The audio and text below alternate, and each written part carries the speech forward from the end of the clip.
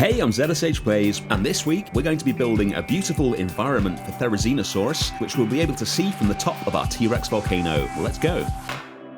We're going to build our Therizinosaurus habitat right next to the Tyrannosaur habitat, and that means we'll need to work around these pieces of infrastructure here, as they are required to keep the scenery at the front of the Tyrannosaurus habitat working, which is going to give us some fun building challenges. But before we start building, we'll head over to our research center and get our expedition team ready to go and dig up some DNA for one of my favorite dinosaurs, the Therizinosaurus. Alright, let's get building. If you remember back in the T-Rex episode, we had to have this helicopter pad and that building below it in order to get the vehicles to appear in the garage next to the viewing gallery. So we can't get rid of this stuff. What we can do is move it into a more convenient position and then hide it under a big old rock. So that's what we're going to do. This corner here is where the viewing gallery for Therizinosaurus is going to go. So I've sized up the habitat as usual. This is the minimum size that we need for them.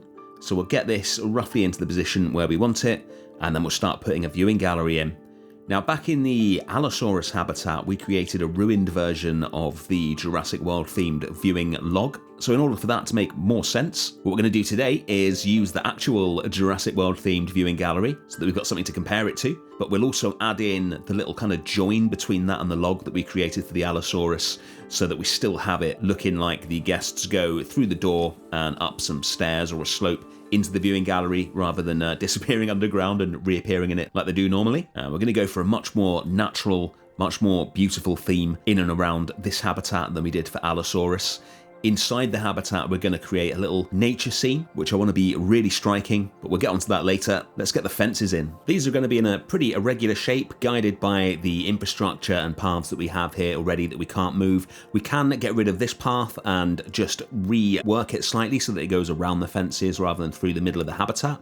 And that's it, that's the fences in, quite a bit bigger than the minimum size, so it should be lots of room for our Therizinosaurus. We're going to have a couple of them in here, and then we'll hide the fences away behind a load of conifer forest. This habitat actually meets up with the lake outside the tropical house, so we'll do a little bit of work there so that when guests are going down the path to the tropical house, you can see that fence away in the distance, which lets you know that there's something coming up, but it still looks nice because we've covered it all up with grasses and reeds and things like that.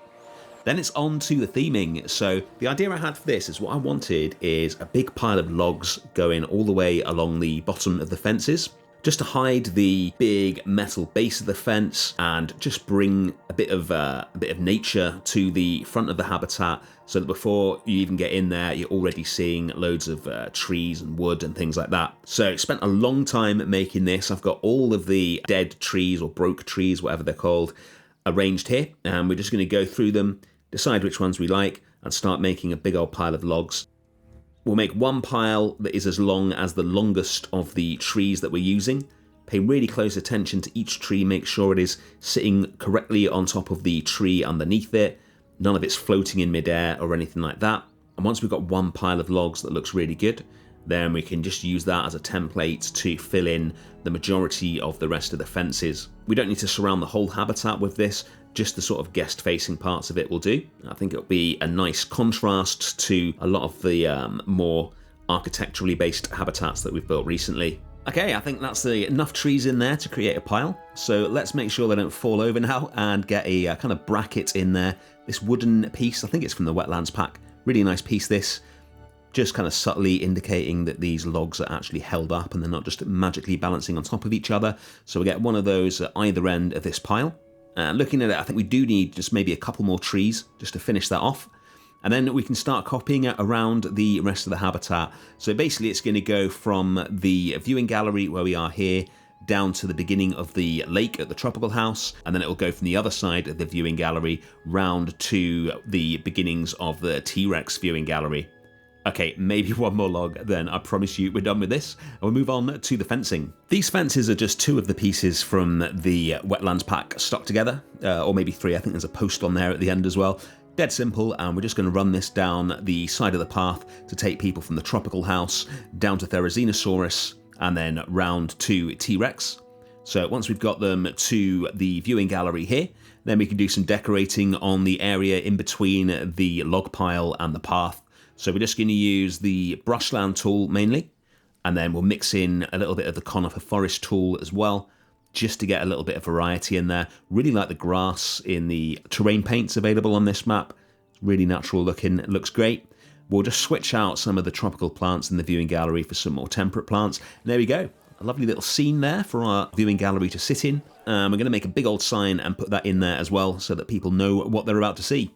We've done a few of these signs now, so I'll keep this brief. All we're going to do is take the letter I and scale it so that it is exactly the same size as the cross on the top of the T. And then we can use that to extend the T all the way down the letters in the name and get some typography that looks a lot more interesting than just having the words, especially when you've only got like 3 fonts to work with in this game at the moment. We'd love to see some more. But with that done, we'll place it next to the viewing gallery, and then we're going to put a pretty simple backing on it, some wood paneling and some of the detailing from the log wall that we just created. We'll copy it behind itself and make it black so that we can get a drop shadow on it.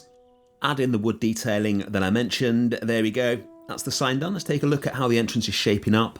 Looks really cool, especially through the jaws of our T-Rex statue at the other end of the path. And that's the theming done. It's time to start building the habitat. What I want to do here is create a beautiful nature scene that is going to be framed perfectly in the view from the viewing log, so that when you stand in there and look out, the view in front of you is like a little perfect slice of nature that the Therizinosaurus will walk through. So we're going to have a pool at the bottom, a tiny little waterfall going down to it, a little hill with various different terrain heights around it, and then trees, logs, rocks, all the good stuff that we need to make things look good. So we'll start by getting the waterfall in. Getting that to look right is going to be the trickiest part, so we'll do that first. I want a sizable pool at the bottom and then just a really little pool at the top so the water's got somewhere to come from. The appearance and disappearance of the waterfalls is pretty random, so it's just a matter of playing around with it until we get the look that we want. And as we build, we're constantly going to be checking the view from the log to make sure that everything is going to look perfect from there. So we'll keep making tiny adjustments, going back to the log, going back out of the log, making a few more adjustments, then going back into the log again until we've got it perfect, basically. I'm happy with the little waterfall now. Let's sort out the hill. So I'm using the raised terrain brush and the smoothing brush to get the hill looking realistic. Don't worry too much about what the water at the bottom looks like at the moment. That's the last thing that we're going to work on. We're going to get the hill and the little stream that flows down into the pool done first. We'll put a few trees in, and we need some of the, I think it's the ground fruit or the ground leaf, I can't remember, that the Therizinosaurus eats. So we need to be making sure we're working that into the design wherever possible. And we'll use a mixture of the rocky terrain tool and the, I think it's the boulder terrain as well, mix between the two. The boulder terrain has little rocks in it as well as the massive boulders. And then the rocky terrain occasionally has a rock in it. And if we work with both of those and just keep switching between the two of them, depending on which one gives us the rocks that we want, we can get a really natural look in here. Once we've done that, we're going to start going in with some of the big rocks and creating a more realistic terrain where the water comes down from the hill into the pool at the bottom.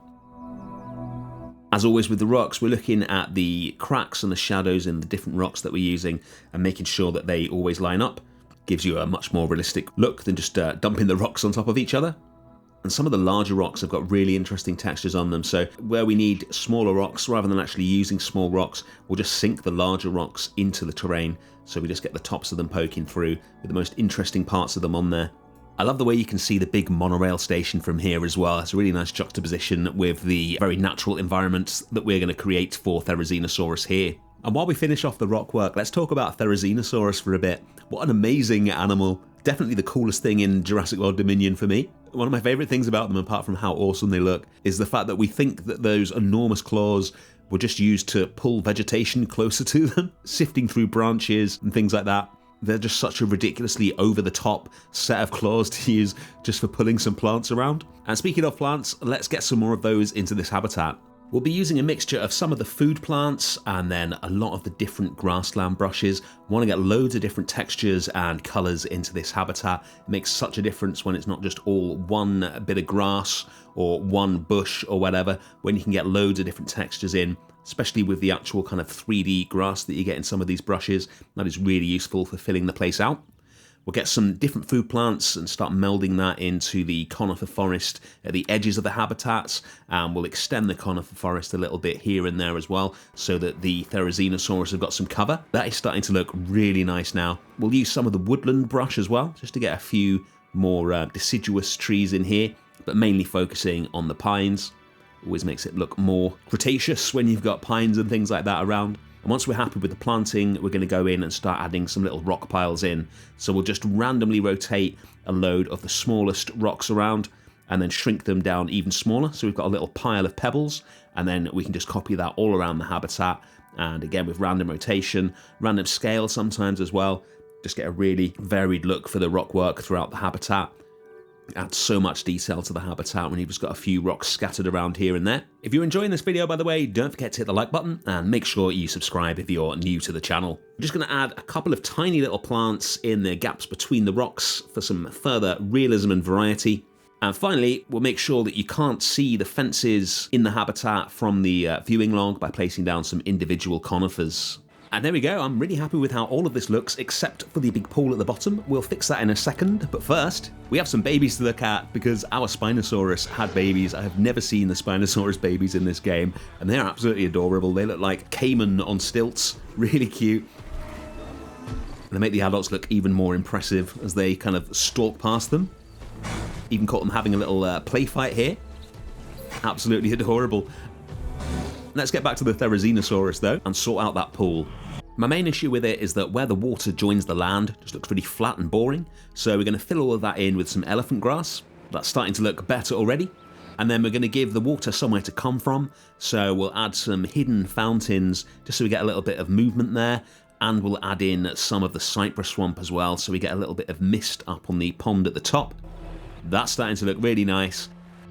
And then for the final touch, we'll drop in a few dead trees and logs and things like that. And now we have a really, really beautiful landscape. Very happy with that. Let's move on to the final stage of the build, which is an indoor house for the Therizinosaurus. We'll clear a little space for it here, and then we'll start building. The main feature of this building and what inspired me to build it is just thinking about how tall Therizinosaurus is, and therefore how tall the doors would have to be. I absolutely love giant animal doors, especially ones that are kind of thin but really tall. I think that stems from one of the most classic examples of that, which is the giraffe house at London Zoo, which was built 200 years ago and is still there now with giraffes in it. And it's just got these kind of very normal looking doors, almost like the kind of doors you'd have on a barn or even your house, except they are tall enough for a giraffe to fit through. It's just such an iconic image, and I wanted to create something like that here. So we're going to use these arch pieces to create an archway. It is just about wide enough for the Therizinosaurus to get through. And then we'll surround it with some rock walls, and then we're going to use some of the panel pieces that are off the grid to fill in the gaps between the archway and the walls, so we can get that looking seamless. All we need to do is place them 1 pixel behind the wall pieces that we've already got. You can see how the arch is actually slightly further forward than the rest of the building, so it's 3-dimensional, and then we can just rotate these into place until there's no gaps left. And then we're just going to build a really simple, stable style building. It's a rectangle, which is normally a bit of a no-no in terms of design because they're so boring, but I kind of want the building to be boring. I want the doors to be the feature and what you notice. We'll put a simple double-pitched corrugated roof in, and then later on we'll replace some of it with glass so we can get some light in here. Some extra wall pieces on the side. Once we've got a roof in, we're going to use the enormous gate doors from Jurassic Park to go in the archways. And once we've got all 4 of those, the last thing to do will be to drop in the holding pens we built last week, just so we can see them in the background in there. And that's everything we need to do. I think that works really nicely. Love that. Let's get the dinosaurs in.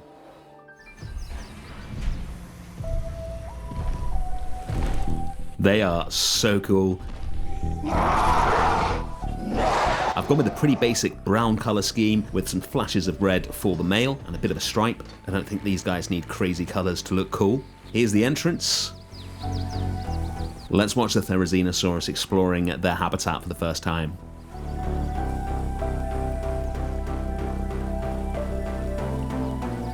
Here's the view from the log. Really pleased with how that looks.